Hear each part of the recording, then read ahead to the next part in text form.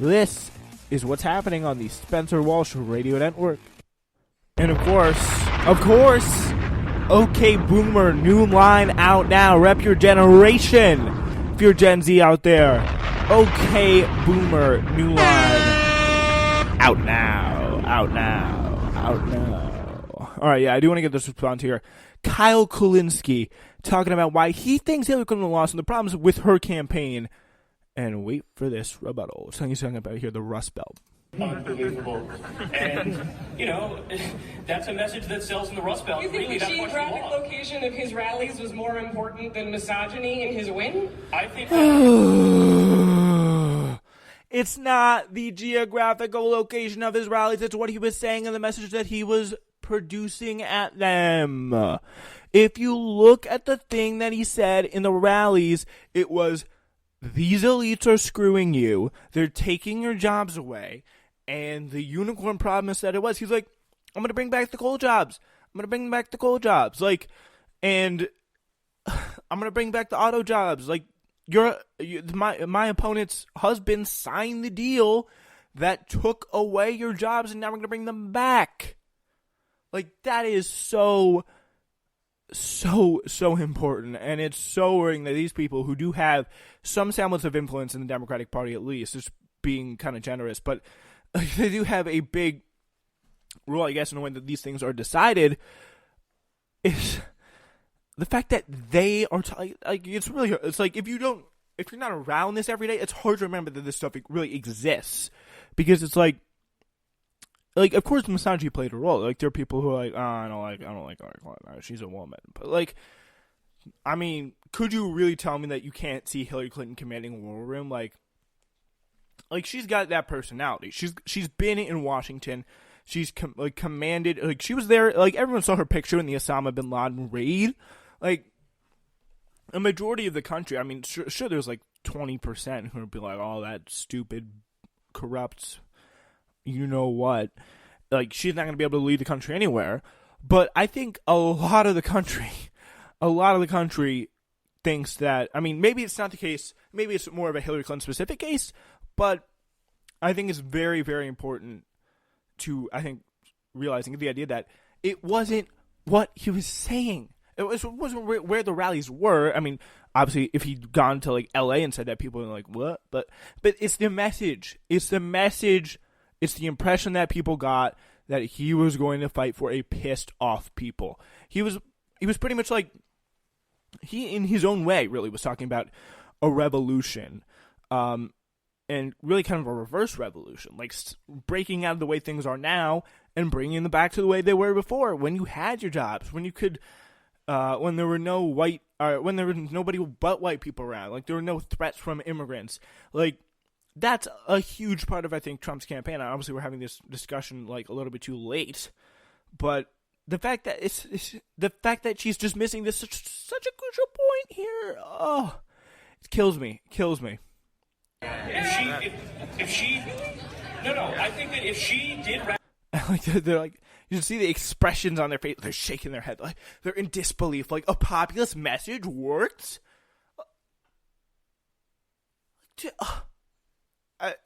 It takes my breath away.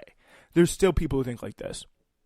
Like, the overwhelming sexism of American voters is the reason why Trump lost. Or the reason why Trump won. So, like, it's like, I mean, if you want, you can blame, like, the Electoral College. Like, that's fair. Like, that's probably the only real excuse that I'll accept. Other than, like, maybe a little bit like the Comey letter thing, because that actually made impact. I think it was a very small impact, but it made impact. Like, you can blame the kind of the naturally undemocratic nature of the Electoral College on this, but other than that, I mean, I really think you got to look at the person who's running the campaign. It's just that simple. Like, it's I don't think large percentage of the population can really hear by the crowd reaction, and I mean, I think this is mostly Kyle Kulinski's reaction, even though there was no one who disagreed with him, no one who agreed with him on stage. But it's just incredible, some of the reaction that's really going on there. I think that if she did rallies in the Rust Belt and argued against the outsourcing, then yes, I think she could have won, because she only lost by 60,000 votes in the Rust Belt. Do you know how many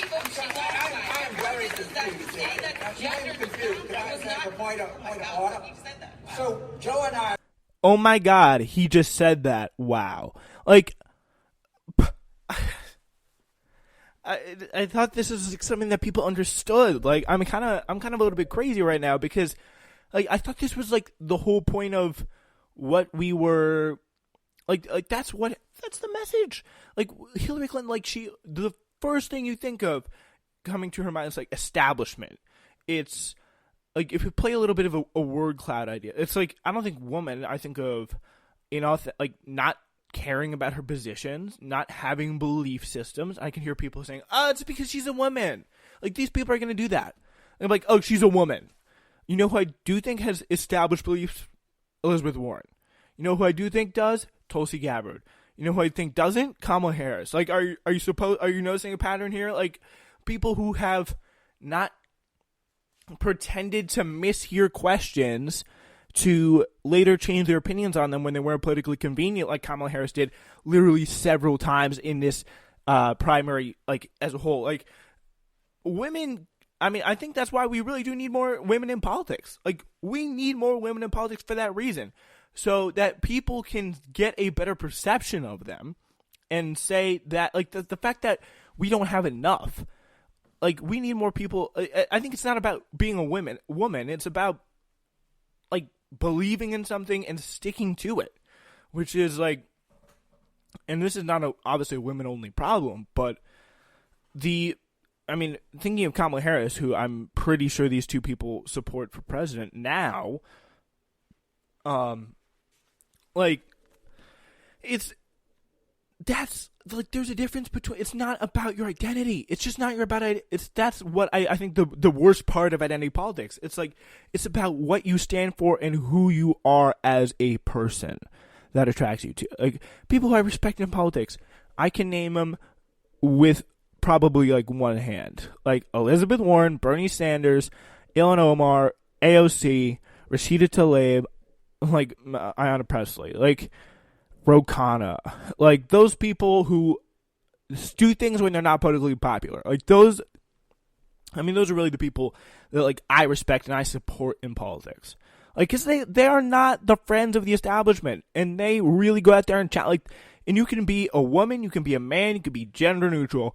As long as you're doing that, I am behind you no matter what. Like, that's what I think. And I think a lot of Americans would be behind that too. There's a bunch of Republican people that I know who are like, okay, Bernie, like, at least he's honest. At least he doesn't change his position every 2 seconds. I'm pointing out 2018 is being the right thing. As you point out, when you look, this is James Carville. There are any number of women of color, of every diversity. It seems to me the Democrats did a pretty good job in 2018. And by the way, in the first 10 minutes, he said literally the exact same thing like 3 times by now. Electing them, women of every but it's a good point. Why don't we just continue to do that? And by the way, on Hillary Clinton's thing, I will tell you this. It's a good point. And what I want to say about this is, what I want to say about this is, like, you can't just have women running because they're women. Again, it's about what you stand for. It's about the positions that you push, and if you really care about them. I think if people know that you'll go in fighting for them and not fighting for elites, again, they will support you. It's just that simple. What's the relationship of Jill Stein and the Russians? Boom! Right hook out of nowhere. Why was she at the table with Vladimir Putin and General Flynn? Maybe she just wanted sightseeing. Do you like Bernie, she wanted to just be part of the Soviet Union. Do you blame Jill Stein for the loss? Well, she got more votes. I don't know if I blame her, but I certainly know this. She got more votes in Pennsylvania, Michigan, and Wisconsin than Trump won by. And I wouldn't want to be around anybody that had anything to do with Vladimir Putin. I think he's one of the most horrific people in the world. And why that woman was sitting at that Vladimir table, Putin equals Hitler, confirmed. You probably know her, so you can find out. All right, let's bring that back. You probably know her, so you can find out. Like, you probably like, you're a Russian guy. Like, yeah, it's like that's the idea behind this whole situation. You probably know Jill Stein. Like, oh, just shut up. Like, if there's people in the Democratic Party, like, if these are the minds of the people who are, like, running the DNC, then Bernie has no shot. Bernie has no shot whatsoever. First of all, I don't know her, but it says a lot that you would assume that I know her, and you assume that there's some sort of nefarious, backroom conspiracy. Like, exactly. Like, all the, I think it's very, like, tells on you, I think, if you're James Carville and you're like, oh yeah, all they do is they just meet behind, like, they call it a left-wing convention, and they do organized harassment on Twitter. Like, that's what that's how they get their priorities passed. Like, bro, I don't know about that. But second of all, I agree with what you said about electing more women and women of color, and it just so happens to be the case that every Justice Democrat who got elected in the last election was a Hey, what do you know? What do you What I know? don't understand is, why is it that our victory is the left's victory? Again, it's just so funny. So funny. Like, these people, I remember there was this guy who works for the New York Times, who was like, the Justice Democrats are primarying Joyce Beatty, who's a black woman's seat. And the woman they were primarying her with was a black woman, Morgan Harper. This is Ohio's 4th district. Go check out Morgan Harper's campaign. Go check that out over the Justice Democrats website. I mean, like, that is what they do. Like, that's what they do. It's such a, like, they try to use it. What they do is really sad. It's like they use it as a cudgel. They use it as a, like, such a, it started with the Bernie Bro movement and the Bernie Bro term and the myth that's been fully debunked at this point. And this is kind of like the natural culminating arc of it. Like, when two black and 2 Muslim women get elected into office for the Justice Democrats, like, then it still doesn't count. Then you're still racist. Then you're still sexist. Incredible. What I don't understand is, why is it that our victories, the left's victories, they just don't count for a variety of It's reasons. weird that it's really how you just cited that, but yet you ignored the issue of gender impacting electoral outcomes. I mean, you can't say, like, look at all. Yeah, again, he never said that gender in it, like, once. As I just said, he never said that either, Kyle Klinsky, that gender doesn't have a role in it. There's a certain part of the country that has some sexist inkling to it, I would definitely say, for sure, or inclination to it. But, like, again, he's playing by your rules that he also already denounced. Like, you can't just be like that, because he's responding to, like, a set of parameters that McIntosh and Maxwell lay down with the comments to do with sexism. Like, I think that's really what's going on here. These women of color who won, they won despite the gender dynamic that you just dismissed. No, I didn't dismiss it. Yes, you did. No. Here, let me make it crystal clear. Does gender matter? Does gender matter? The answer is yes. Could that still have been overcome if Hillary campaigned for Rust Belt with the right to Guys, hold on. I need to be the moderator, so let me moderate. Yeah. But just one fact. Is Ro Khanna a Justice Democrat? Yes. No, he's not a woman of color. No. Every newly elected Justice Democrat. Got him! Hold on. The newly elected Justice Democrats were the 4 members of the squad, and that's it? Am I right about that? Yes, but there's okay. 13. I just want Got to his let ass. know the facts we're talking about. The 4 members of the squad is who he's talking about. Go ahead, Joe. So let's somehow, if you This is Joe if you Lockhart. are a moderate, you can't be bold. And let's take the women in the race. That's the definition of moderate. That's literally the definition of moderate. It's staying to the center. It's not doing anything too crazy. That's literally the definition of moderate. That is how it works. You're not bold by being a woman and running for office. Like, I'm sorry. Amy Klobuchar has just as much of a right to get up on the stage and put her position. It's not cool to laugh about a woman running for president, even if it's not your candidate. Yeah. That's not cool. Like, you don't understand. Like, this is trivializing. Like, this really is what it is. It's trivializing sexism and saying you can't laugh at. So, like, you can ask my father. I was in the car with him last night, and when Beto O'Rourke was periscoping him dropping out for president, I was cackling. I was laughing at him. I have disrespect